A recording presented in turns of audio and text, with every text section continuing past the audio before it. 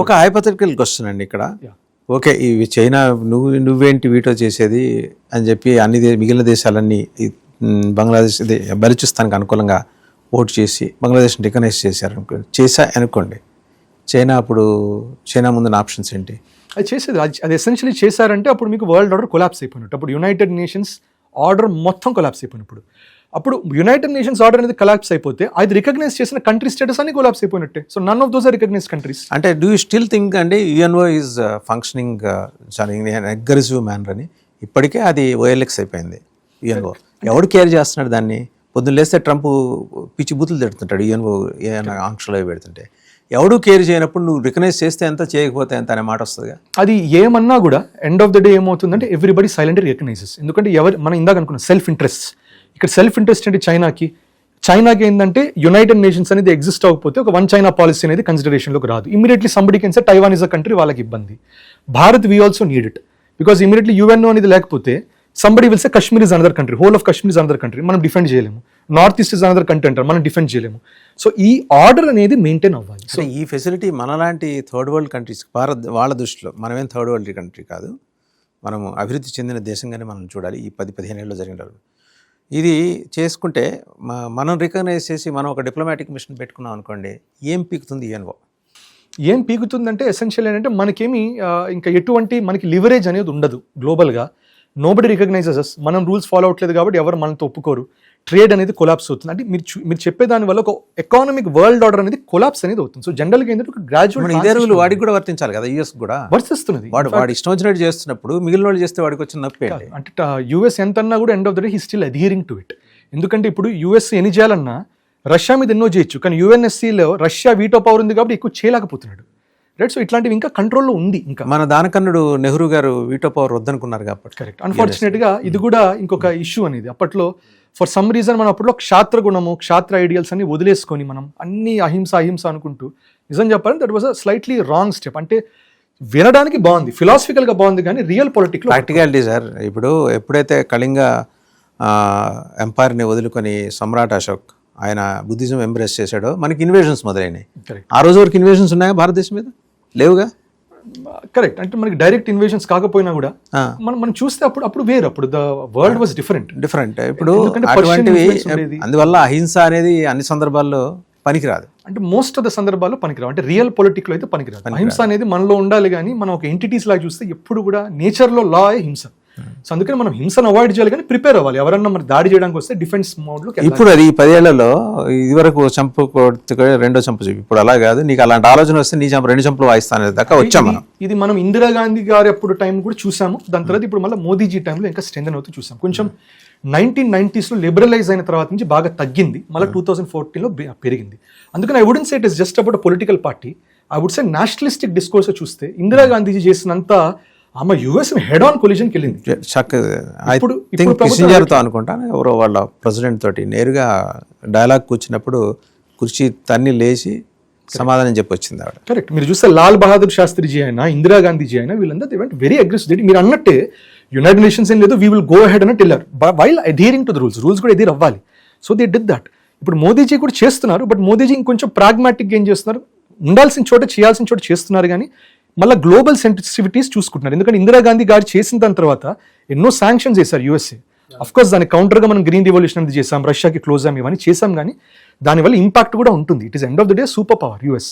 And ఇవాళ కూడా మీరు చూస్తే the kind of power US is holding is enormous for us. So అందుకని కొంచెం ప్రాగ్మాటిక్ అప్రోచ్ వెళ్తున్నాం. And I think we cannot refuse United nations.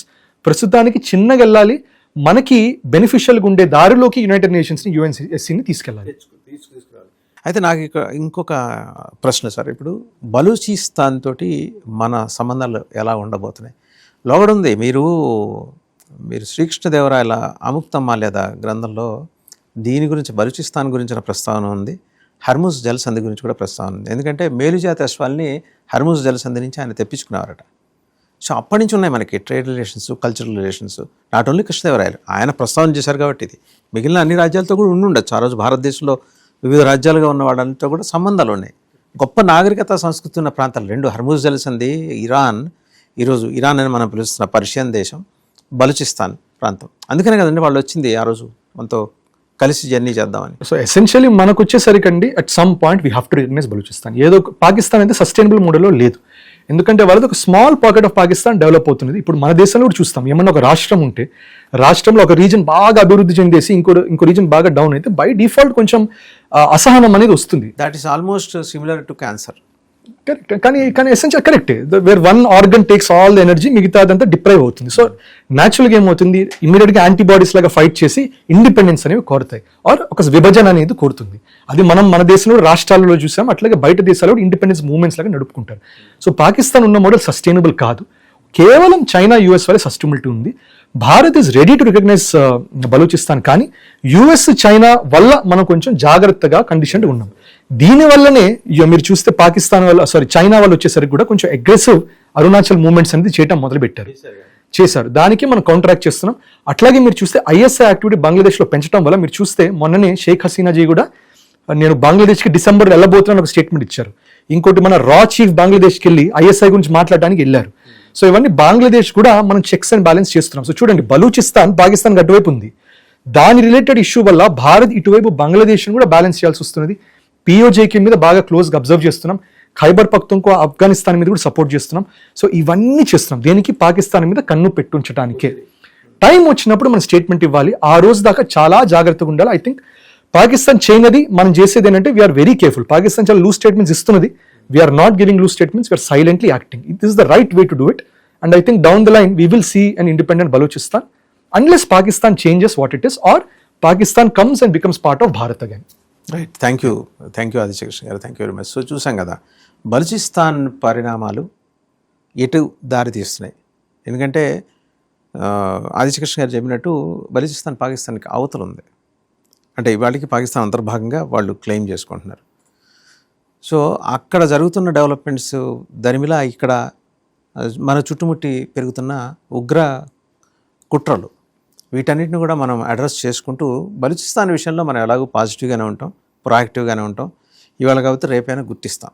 But గుర్తించడానికి కావాల్సిన ఒక ప్రియాంబుల్ ఎక్సర్సైజ్ నడవాలి అని చెప్పేది నడవాల్సి ఉంటుందని భారత్ అనుకుంటుంది. ఎందుకంటే మనం కొన్ని సంప్రదాయాలు పాటిస్తాం కాబట్టి. లేదు సంప్రదాయాలు లేవు, ఇంకా అట్లాంటి పెద్ద పట్టింపులు లేవు అనుకుంటే ఏదో ఒకరోజు అనూహ్యంగా అలాంటి ప్రకటన భారత ప్రభుత్వం నుంచి కూడా రావచ్చు, మేము గుర్తిస్తున్నామని. ఎందుకంటే ఇక్కడ ఒక విషయం ప్రస్తావించ, సోమాలియా నుంచి విడిపోయిన ఐ బిలీవ్ సోమాలి ల్యాండ్ అనుకుంటా అండి. సోమాలి ల్యాండ్ అనే దేశాన్ని గుర్తించింది ఇజ్రాయెల్ ఒక్క దేశమే. They have their own currency, వాళ్ళకు వ్యవస్థలు ఉన్నాయి, వాళ్ళకు ఎయిర్పోర్ట్ ఉంది. సో అలా మనం గుర్తించడం మొదలెడితే మిగిలిన దేశాలు కూడా గుర్తించవచ్చేమో. యాజ్ ఇట్ ఈస్గా అయితే నైతిక మద్దతు ఉందేమో కానీ బహిరంగంగా వచ్చి ఏ దేశం కూడా బలూచిస్తాన్ని గుర్తిస్తున్నామనే ప్రకటన అయితే చేయలేదు. We have to wait and see.